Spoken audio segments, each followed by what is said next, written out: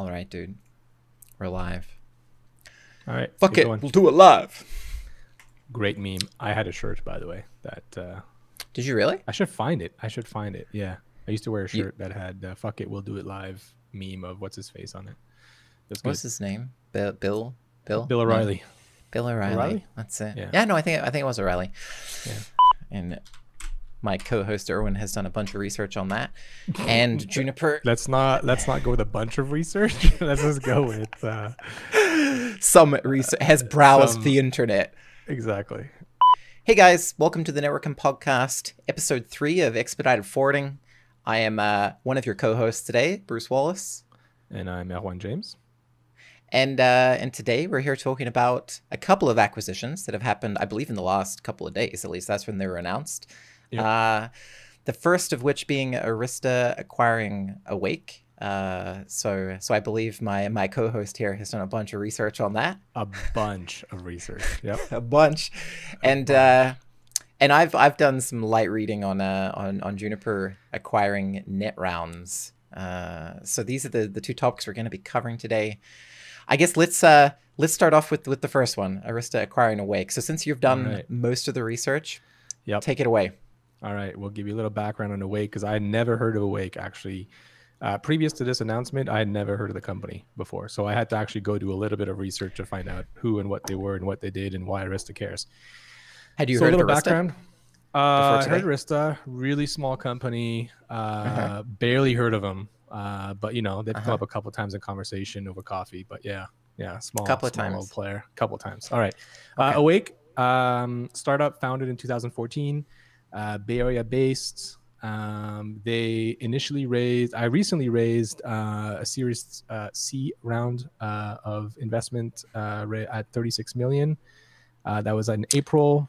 They previously raised money. Now there's a bit of discrepancy in the research I found. They previously raised, one website claimed 44 million in venture capital. Another website claimed 30 million in venture capital. So give or take that. Is that total across all three rounds? Or is that just in Series C? Yeah, venture and in Series C. No, Series C was 36 million. That one seems to be well documented across different websites. But the previous investments seem to differ a little bit depending which website you look at, ranging from 44 to 30, so somewhere in there. And then they were recently acquired by Arista. I found one website referencing the acquisition at 185 million. So, 185 million. Yeah. Which I don't know. Wowzers. Wowzers indeed. Anyway, so that's I guess they weren't publicly listed or anything like that, right? They're privately held, so we have no idea on revenue or anything like that. No idea. Not as high as clear. Okay. Their claim to fame, they're a security company. They do detection of security threats, reporting on them, and potentially remediation also. And their way they do this is using these sensors that they place inside your environment. So they claim that they place these sensors at what they call choke points, or basically centralized area of a network, or potentially areas such as like authentication servers for various applications. And then they detect traffic patterns or authentication patterns and connections. And then they funnel all that data to a centralized database somewhere, which I believe is their own. Again, there's very little information on the technical side as to how they're doing this. They claim to have a lot of. All my questions are on the technical side. But it's so. Well, actually, I mean, let me just finish a really quick summary, and we'll dig into it a little bit. They claim to have a lot of IP around different areas, including the collection aspect of it. And they're not just dumping it in some off-the-shelf databases, or maybe they have their own. I'm not 100% sure, but they seem to claim they have some ability to collect a lot more information than off-the-shelf stuff. And then they use machine learning or AI to try and detect threats, is their claim. And then they identify the threats and tell you about it, and you can go in and remediate them. And they may do some sort of remediation also. Very little information technically. So if we just start at like the sensors area, like how do they actually do this? I couldn't find anything. So they talk about, You placing can find sensors. anything. There's no manuals. There's nothing. No, I mean, very little. So they talk about these sensors being mostly software. They also talk about placing them at these quote unquote choke points. So like at your, they even reference like data center gateways. So I don't even know how they're tapping into the traffic flows. And then these sensors are able to apparently send the data to the centralized collection or database area, which is then able to identify all the different devices running. So it's supposedly able to identify, whether you have phones running, security cameras, applications on a given set of servers. It's able to do a whole bunch of like endpoint identification somehow. But yeah, I couldn't figure out exactly how they tap into the network streams in order to them to figure this out. That seems like a key component to the solution. I would say absolutely. There was mention of like one, it was mostly software-based sensors, but you could have these hardware-based sensors if needed. So maybe they do an inline thing if it's network focused, like if it's from a data center out to a gateway or something. Maybe they put something in line that looks at the traffic. I'm not sure. This is where it falls short on information, and they weren't very clear. They just talk about these high-level concepts like these sensors. I see. Okay. Yeah. Then they collect all this information, and they no, we're not there yet. And then they used what they call like unsupervised, supervised, and federated machine learning to look for anomalies in their network. I love federated machine learning. It's my favorite kind of machine learning. Well, okay, that's actually interesting. Because unsupervised is you let the whole algorithm run free, and it comes back and it figures out, it tries to figure out what it thinks is not normal and let you know what's or it tells you what it thinks is not normal. Supervised, there's a bit of intervention from humans to kind of help along with the algorithm. So this is actually kind of useful if you have security experts that are able to kind of guide or interface with the algorithm to this is like when the algorithm gets fed in like a picture of a cat, and it's like, that's a dog, and you have a human going, no, and you're like, no, bad algorithm, that's a cat. Exactly. That's a cat. But then it talks about federated machine learning, and usually federated machine learning is when you take like machine learning, when you take data from all sorts of different components, and then you anonymously typically send the data to a centralized algorithm that uses the data from everywhere, from all these different areas, to better its own machine learning or algorithm. So usually it's learned like, so what I wasn't clear on is it doing something where it's actually collecting data from a bunch of their customers, anonymously centralizing the data for it to better its own algorithms to then better everybody else's security, like their own products. So the product itself is better at identifying anomalies and threats and so on and so forth, which would be interesting. I mean, it's super maybe they're interesting, doing that, right? I feel like we could spend this whole episode just talking about that.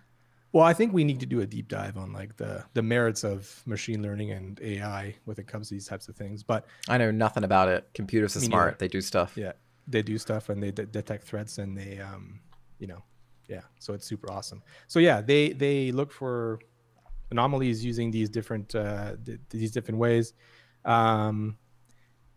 Yeah, they claim they can detect anomalies and malicious intent of devices. They can detect intent. They can detect bad intent. Malicious, I'm thinking about doing something. I gotcha. I saw that. Caught your intent. Right. So what some examples they gave, or at least I was reading online, was so you have a bunch of security cameras, and all of a sudden it detects that all the cameras are connecting to certain databases or to certain file servers, but there's this one camera that's all of a sudden branching out and connecting to something that in all the other cameras aren't connecting to, and then it's able to identify that where it's not a normal traffic pattern, it's not a normal connection pattern, or maybe the camera's authenticating against a centralized authentication server, but this one camera is branching out and authenticating against a bunch of others that it doesn't normally do. That type of stuff it's trying to identify. So okay, so this is like proper machine learning, right? This is detecting changes and patterns, that kind of thing. Correct. Right. So I tried looking at their website as to what they do different than other companies that claim to do the same thing, and it just seemed to be like we just do it better, and it wasn't 100% clear to me. I'm all about that.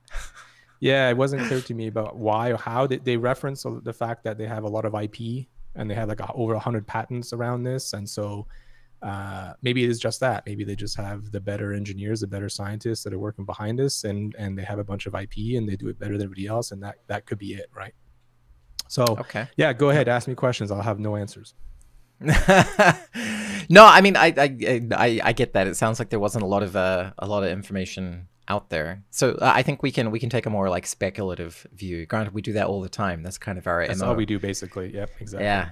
Let's just talk about some of the concepts, right? So I think there's a few things to unpack here. One is hardware-based taps versus software-based taps. I'd be very interested to hear how they're doing the software-based taps, especially considering they're talking about doing it at choke points, which are typically going to be high I/O. So, you know, if you've got, I don't know, terabits of traffic coming in, what kind of mechanisms are you using to figure out what that traffic is? I assume it's some kind of sampling, whether it be SFlow or IPFix or something like that. Yep, agreed.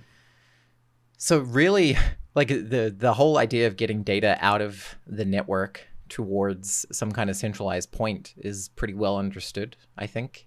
The magic is probably more in what they're doing with that data once it's received.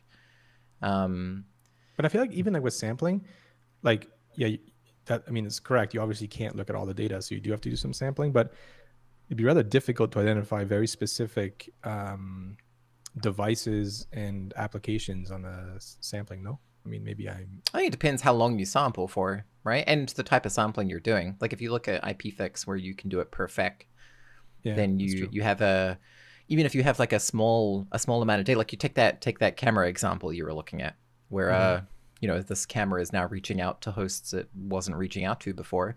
You could do that with kind of per FEC based sampling. That's true. Going to be more difficult to capture with just like, I'm going to read every 1,000th packet and look at the headers and then send that off.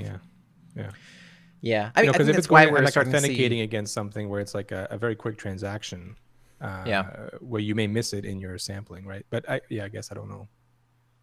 Yeah, I mean, so I think we're making assumptions. We're assuming it's sample based. I'm assuming it's for not the network proper aspect. inline. Yeah. Because they also talked about like having these sensors in different locations. Like, for instance, maybe it's looking at authentication logs of an authentication server, like I'm coming back to. So maybe a sensor for them is also on the application layer, an application stack. They're parsing through logs, connection logs and stuff like that. You know, something exactly.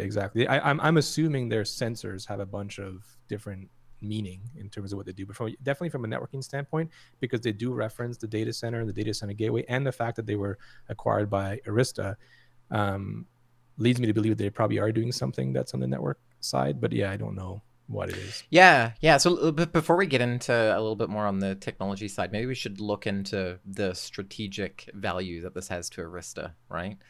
So we know Arista, again, you and I tend to focus on data center. I'm assuming this is not really data center focused. If I were to guess, maybe I'm wrong. When they're talking about cameras and stuff like that, I'd say it's more related to like their campus, their smaller enterprises. And they talk also about like applications running in the cloud. So maybe falls into maybe their public cloud story and maybe securing endpoints there. You know, like if you had like a cloud gateway that was an exit point from your public cloud to either your private cloud or some other private WAN or something, that would be a good place to place one of these sensors where you're aggregating all the traffic. You know, it could be something like that also, right? Yeah. Okay. I guess that makes sense. I mean, there's a bunch of other solutions out there that have taken similar approaches, right? Where you just want to collect a bunch of different data sources and use them to weight decisions.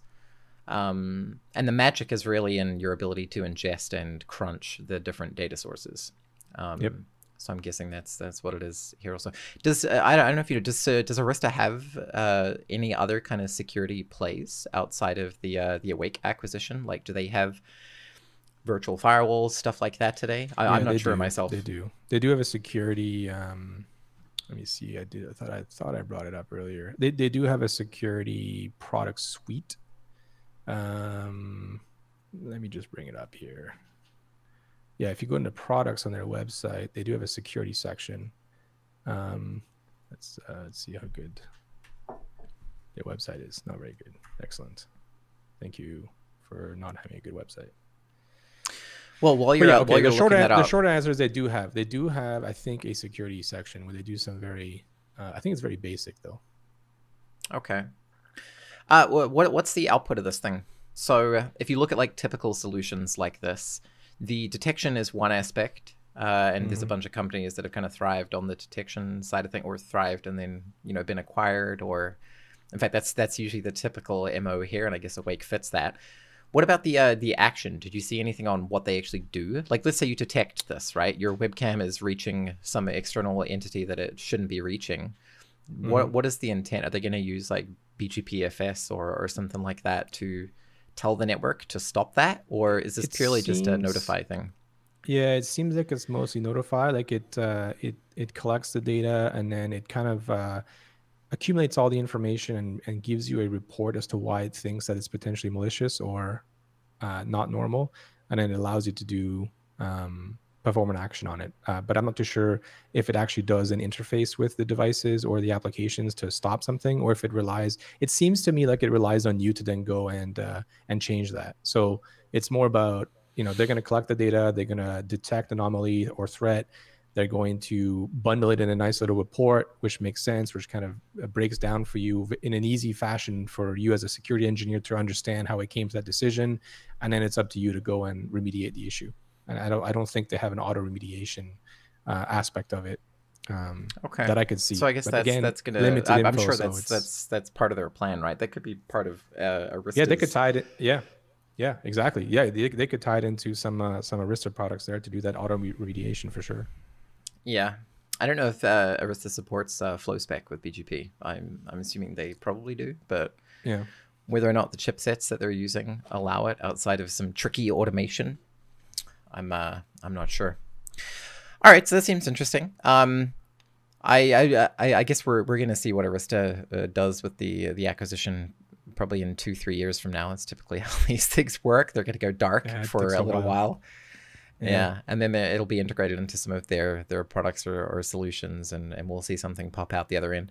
I mean, it'll be interesting to see if they can really differentiate themselves. That would be my concern of this acquisition, right? I mean, there's a bunch, to use that word again, of companies that have gone into the space, been acquired. Cisco is kind of classic for just vacuuming up these small security companies. Yeah. And it's not like this is a new market. It doesn't sound like it's a new market to me. No, I think the whole machine learning and AI aspect of it it's not a new market, but it's still fairly new in terms of productizing it and actually making it functional and do something useful. So maybe they're ahead in that, and Arista gets a leg up on others. I know Juniper's coming out and they're trying to push a lot of their AI stuff that they got from the Mist acquisition, which was a Wi-Fi company. They're trying to branch that AI aspect of it into some of their more WAN and SD-WAN or network focused applications for security and network performance. So is it just jumping on the AI machine learning buzzwords? And AI good, machine learning good. Exactly. AI is awesome, so therefore we should deploy an AI solution. This seems to me like they're actually probably doing, from my understanding, actual AI, actual machine learning, and they're sprinkling in some supervised machine learning in there, which is always good. And they're doing some, federated machine learning. So it seems like they're actually doing it. But yeah, it would be cool to maybe get a demo. They do on their website say, hey, request a demo. So maybe we should.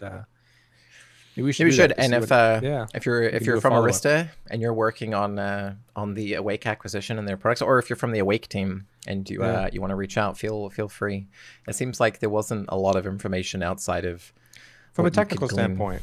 Yeah, exactly. Like there's not very technical, and I didn't get a very good technical understanding of how they're actually doing this from the sensor part is the one that's really tricky to me. I mean, the AI machine learning part, I don't know enough about it to really dig deep into how machine learning works and be able to tell you whether they're doing it correctly and the algorithms they're using are so super awesome. But definitely from the sensor perspective, would be interested in hearing more about how you're tapping into the information and what information you're actually collecting. Yeah, for sure. I mean, if they're intending on collecting a bunch of application level stuff, that seems pretty specific to those applications, right? Unless you're just doing connection logging by pulling stuff out of, I don't know, Nginx or HA proxy or something like that. Nginx. Engine? I used to call it an Nginx. I used to. I did. Me too. We had this discussion. I had to think. I had to think there for a second. Yeah. All right. Have you got any other thoughts on this Awake acquisition? Otherwise, we can move on. Not really. It's probably makes sense for Arista. They're probably trying to broaden their security portfolio. I think they're making a big push for campus these days. I mean, I think it probably all ties into a broader portfolio, which makes sense. So they don't have a gap on the security front, and they can't get pushed out of a deal because they don't have the security aspect of it covered also. So I don't think it's like necessarily they're trying to get into the security business other than specifically to go after the security space, other than it rounds out their portfolio, and they're it's a logical addition to what they currently do. Logical addition. Super disrupting to do logical additions, I've heard. You gotta do it sometimes, man. You gotta do it. All right. Let's move on then. So that was Arista acquiring Awake. We're gonna flip topics over to another vendor acquiring another. This is not so much on the security side. So this was Juniper acquiring Netrounds. I've never heard of Netrounds ever. Me neither. So let me know, what is Netrounds about? So just do what I did. Just do what I did, which is just speak for like 5 minutes straight on what it is. Okay. I think I can do that maybe. So what I've learned about Netrounds in the 30 minutes I spent researching this before this podcast is they've got a lot of focus on service assurance, active testing of services. They seem to be jumping on the bandwagon of 5G network slicing and edge cloud, all that good stuff, with the general concept that you can test a 5G network slice using their service assurance toolset before you go ahead and deploy the actual service on top of it. So, okay. Now, that's kind of the super high level service assurance based company doing what I assume are slow path probes. Now, they do have hardware appliances, so you can insert hardware appliances into the network. I don't know how those necessarily feed into the various services, because it does seem their value add is predominantly co-host our agents or our probes alongside the actual services themselves, and we'll test the path these services are going to use. So that's high level what they're doing. To go through some details on the acquisition. Now, the amount was undisclosed, so this wasn't public. Netrounds itself was founded in 2007. They're based in Sweden. It does seem that from a marketing standpoint, I'll repeat the analogy that Juniper used in their kind of press release, which was around hiring some plumber or mechanic to come to your site and fix an air conditioner or something, and he hits it with a hammer and charges you $5,000. That was kind of their go-to, and the itemized bill is something along the lines of $1 for the hammer and $4,999 for knowing where in the machine to hit it. All right. So I'm sure you've heard that analogy before, the benefit of experience. But that's kind of their kind of value prop, is that because this is on the actual path the services themselves are taking, they can tell you when those services are having problems before the user of those services calls up your help desk. So, I mean, that'll make super, super good sense to me. Not necessarily a new concept, to be fair, but we'll get to that in a little bit. Pretty small company, around 50 employees, based on capital raised. I think they raised like around 10 million in capital. I didn't see how many rounds that was, or if it was all private. I'm not sure. Based on analysts, the expectation is that Juniper has paid somewhere under 30 mil. I don't know on the high end or low end. I'm not entirely sure. Hasn't actually closed yet. I'm not sure if the Arista one had either, but this one is expected to close in Q4 this year. It seems like so small, that's though. Like such a small acquisition. It is small, yeah. I mean, to be fair, the use case is fairly targeted. I don't think Netrounds has kind of gone wide with what they're trying to do. So in terms of these test agents that you deploy in your network, They have a bunch of different deployment models. Like I said, they have hardware appliances, so you can actually embed these hardware appliances. I don't know what kind they are. If they're just servers, I assume they probably are just servers that you kind of attach to your network into the correct services. They have like just normal software agents that you can deploy onto your servers. I'm assuming, I actually don't know what they're compiled for. It does say x86. I don't know if they have other architectures they support. They also have virtual machines, and this was kind of interesting. They were trying to get into more of like the endpoint security. So, I mean, endpoint service assurance, I should say. I've got awake on the brain. No security. No security. So they actually have endpoints that they can deploy on top of Windows, which is kind of interesting, and on top of OpenWRT. So you can actually deploy this on your home router if you have OpenWRT, which I mean, that's kind of cool. Mean, that seems very, very like niche, like very niche. Like super not niche. Everyone runs OpenWRT. Some engineer at Netrounds? Netrounds. Yeah. Netrounds. Was just like dicking around with his home router. And I was like, oh, I'm just going to build an agent on this. Yeah, I'm sure that just ties in with their x86 software agent, right? They just were like, yeah, this works on OpenWRT, so let's just tick that box. Awesome. Yeah, definitely commercial grade software. Yeah, and they also mentioned browser based. So I don't know exactly what that means. Okay. I did try and find information on that. Not a lot out there. They mentioned any browser that can hit, like they tag along with speedtest.net and I guess do some kind of monitoring of the actual flow of traffic towards something like speedtest, and will tell you service assurance. So in terms of actual service assurance, there's a few things they're monitoring. Latency, jitter, those are kind of the main two, I suspect. Packet loss, obviously. They do seem to ride on top of Y1731, which is TWAMP, two-way active measurement protocol. Yep. Someone's going to correct me on that. I can't remember exactly what it stands for. So that's kind of it. They collect a bunch of information from these probes. These agents could also do some crunching locally. I don't know exactly if it's just aggregation and then they're spitting it up northbound, but they do have a controller. The name of it is somewhere in my notes, but I can't find it right now. They do have a controller that ingests all this data, and it seems like predominantly they're triggering another system to do something. So the couple of videos I watched on their stuff in action were along the lines of, you know, for one, service turn up. So if you're configuring in a new branch or something, and you want to validate that the path from that branch to various other test agents is valid and has good performance, you can do that. And then once actual traffic is running, you can trigger some kind of northbound orchestrator to do something. And the language that was used in the video, I wasn't too fond of, because they mentioned a lot around intent-based configuration and deployments, in the sense that their tool would trigger that, yeah, there's a problem based on the service assurance metrics you have to find, and they would trigger the orchestrator to go and validate the intent. But in order for the orchestrator to be intent-based, it should be doing that anyway. Outside of intent.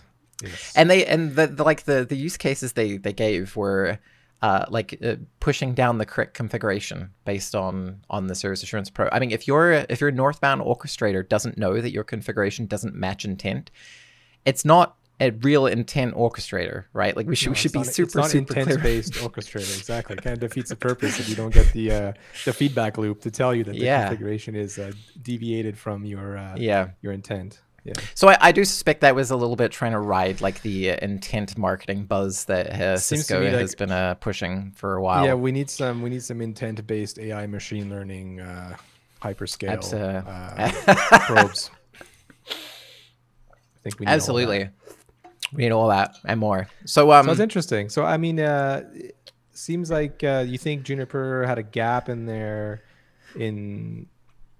portfolio specifically around this, and then instead of doing an in-house development, they got a pretty cheap acquisition of a company that seemed to have it mostly figured out, and they can quickly tie it into one of their product suites.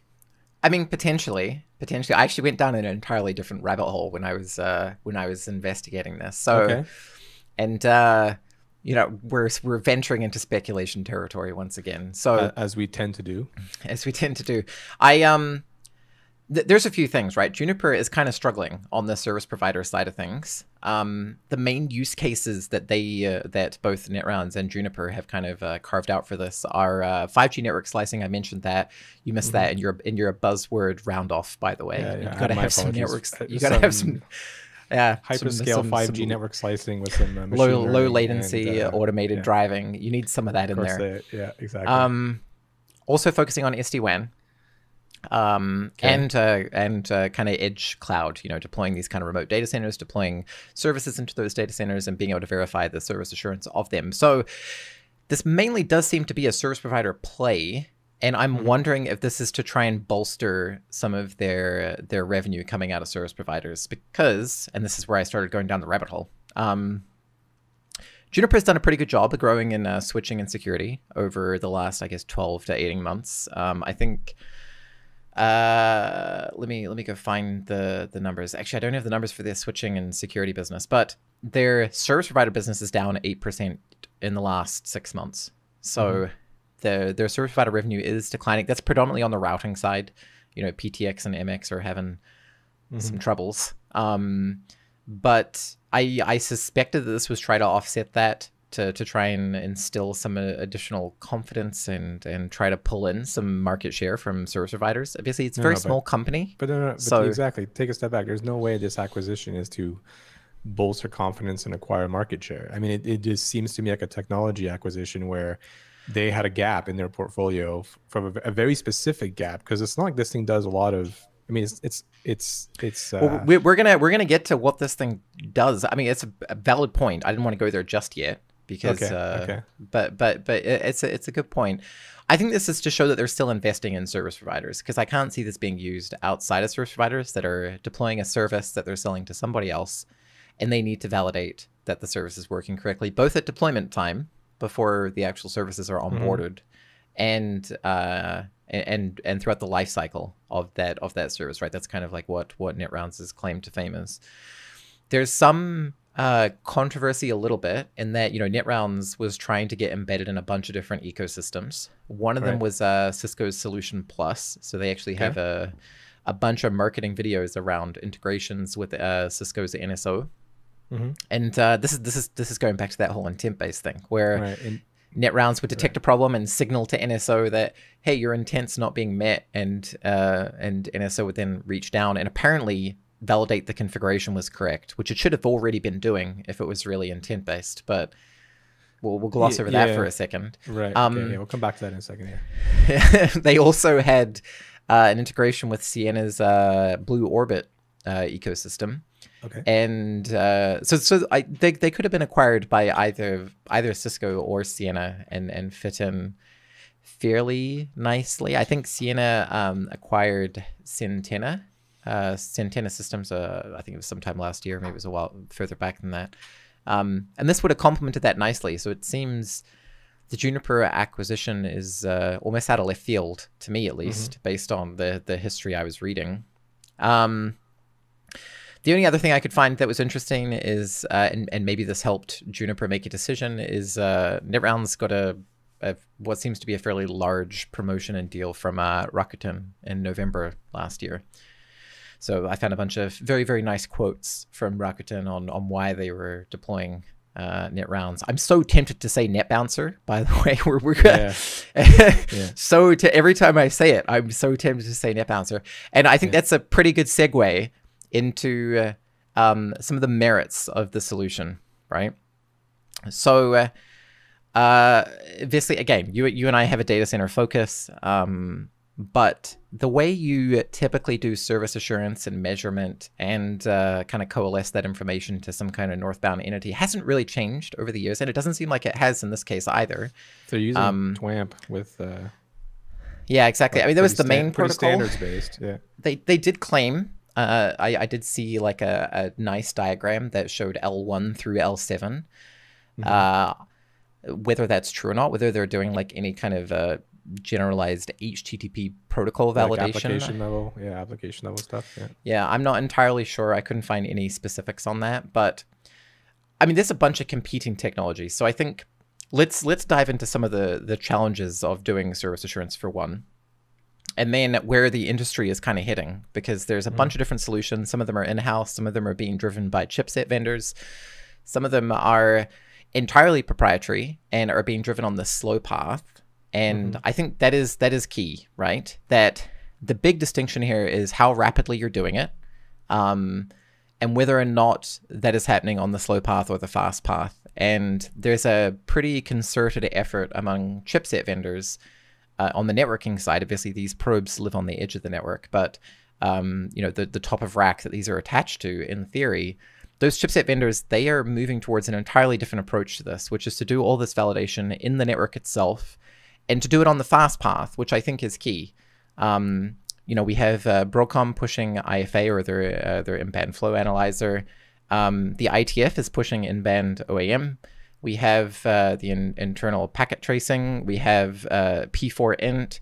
And then we have kind of the older style TWAMP protocols, which I think are typically done on the slow path anyway. But this would be on the fast path if you have a probe that's sitting as a server that's hanging off of the top of a rack switch, right? And the end of the service, I mean, it's fast somewhere else in the network. It's fast path from the switch's perspective, yeah. It's not fast path from the server's perspective. It's all being done by the general purpose processor. Correct. Yeah, so and of course there's the other approaches, like Microsoft has published a number of papers on their ping mesh net bouncer solution. That's why I kept wanting to say net bouncer. Yeah.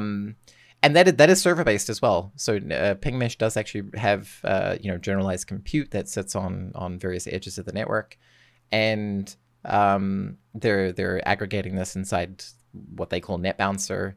And not that stuff is open source, like they haven't, at least to my knowledge, they haven't published any of that in any kind of open community, but they've written a lot of white papers on how it works and why they're doing it, that kind of thing. So they clearly felt that there was value in doing this from a compute perspective. I think it depends on the scale of monitoring, but doing this inside hardware, doing this inside a chipset is certainly going to scale better, right? Like if you could do this inside your top of rack rather than at your edge. Now, granted, you're missing a hop, and that hop is important. Like we shouldn't just discount how likely that hop is to fail, and it's in a lot of cases it's where the problem lies. But you know, the industry does seem to be split in how to solve this problem, and that some are trying to solve it in the network. Like if you look at mobile backhaul, for example, and it does seem to be one of their use cases with their whole 5G network slicing thing.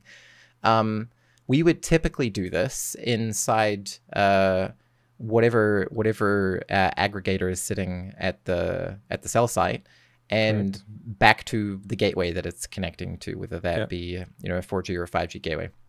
So what value do you have of setting an extra compute entity, which may or may not be the same compute entity the actual traffic is coming from? I guess if it is the same, there's a little bit of value.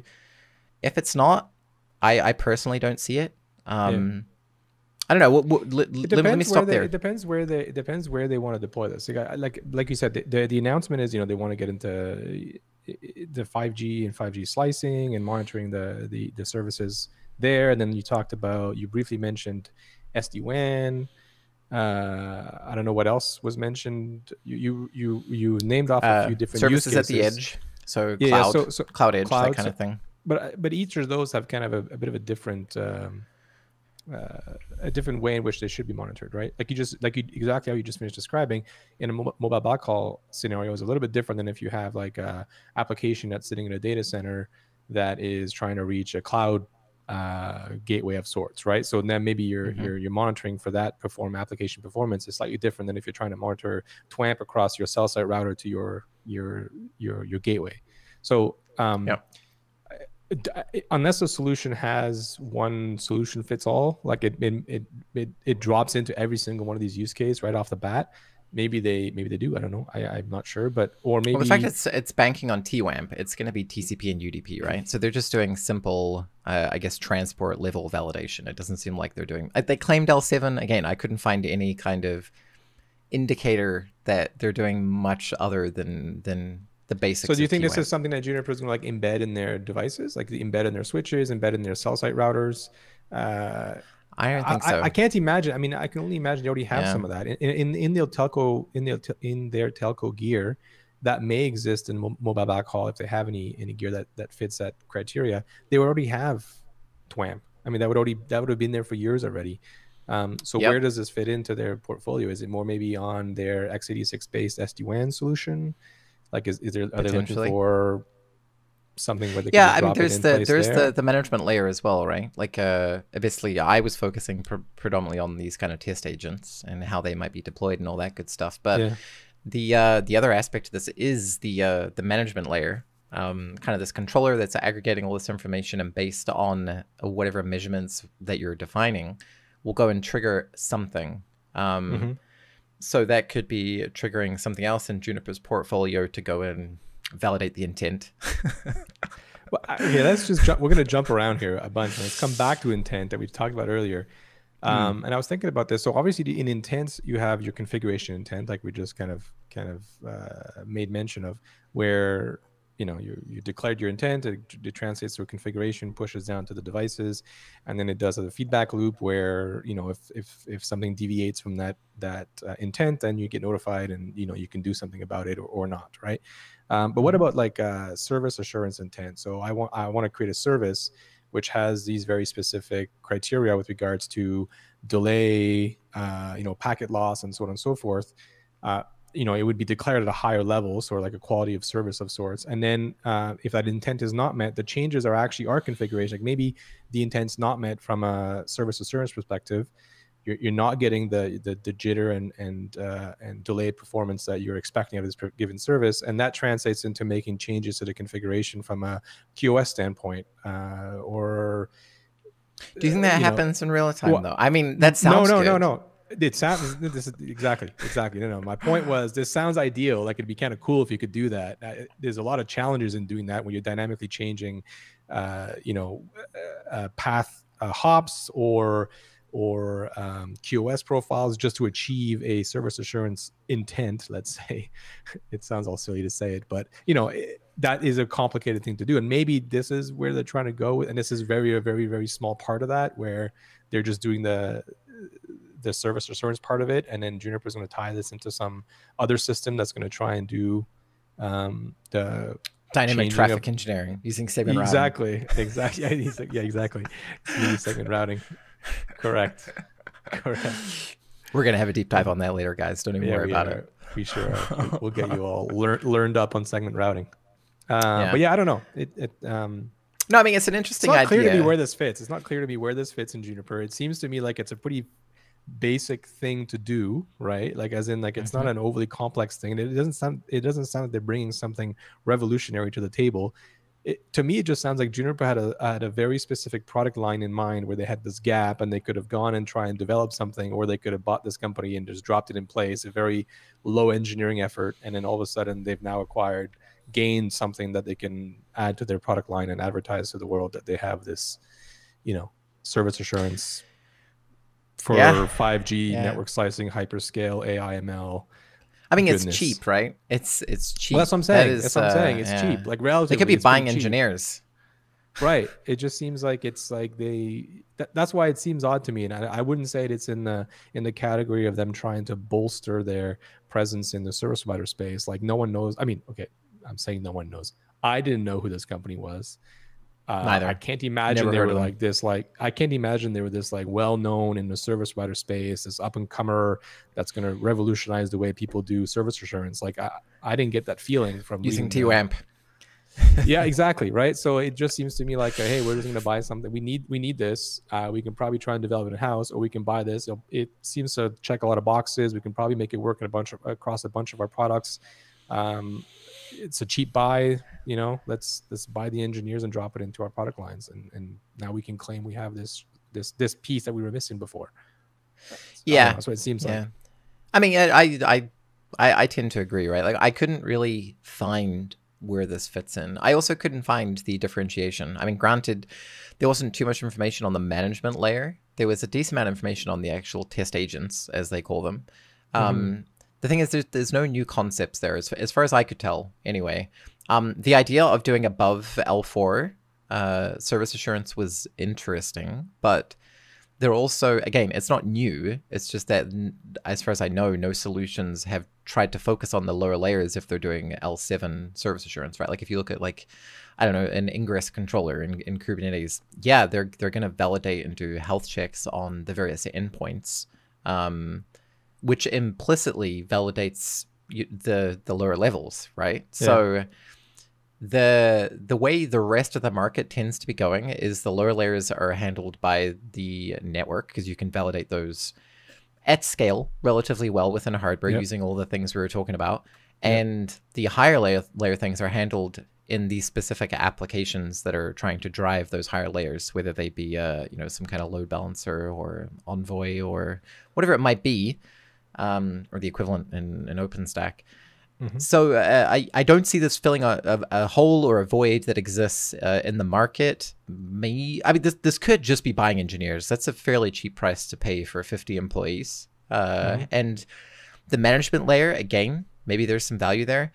I didn't see much on the test agent side that looked super interesting. There was this hardware appliance. I couldn't find any information on what it actually is. I'm assuming it's just a server that's pre-installed with one of these test agents. And again, if you're going to do that, why not just do it on the top of rack using acceleration within a hardware, right? Like these ASICs have ways to do that now. I know. So it seems like you're just paying a lot for something that is better served by another function in the network.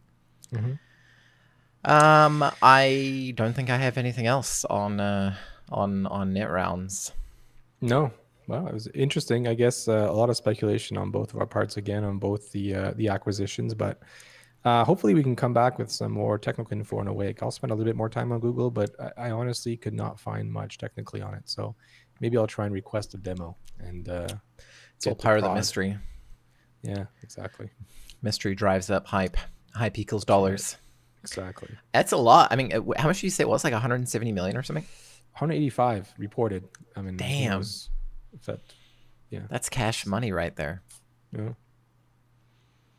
Does the rest got a lot of money? Maybe they do. In their coffins? In there, yeah. Love it. I think they have a lot of money in their coffins. They can pull out and start spending. They can. If it stays in their coffins, it's just dead money, right? Zing. Zing. All right, I think we can wrap it up. Yeah, let's do it. Let's wrap it up. Thanks all for listening. All right. Yeah, thank you all for listening. We'll catch you in the next one. All right, bye-bye. Hey everyone, thanks again for tuning in. As always, please do let us know any feedback or criticisms you may have. We can be reached on Twitter, YouTube, or our website, ntwr.kn, where you'll find this episode and many others posted. For those of you on YouTube, if you liked the episode, please hit that thumbs up button. And if you didn't like the episode, feel free to hit the thumbs down button twice. On a side note, you know those cliche, these are our opinions and not that of our employer statements you hear all the time? Yeah, we unfortunately have to make one of those. The benefits of working in the industry we want to publicly have an opinion about. We've done our best to remove bias, but we're only human and we make mistakes just like you. Thanks again. We'll see you in the next one.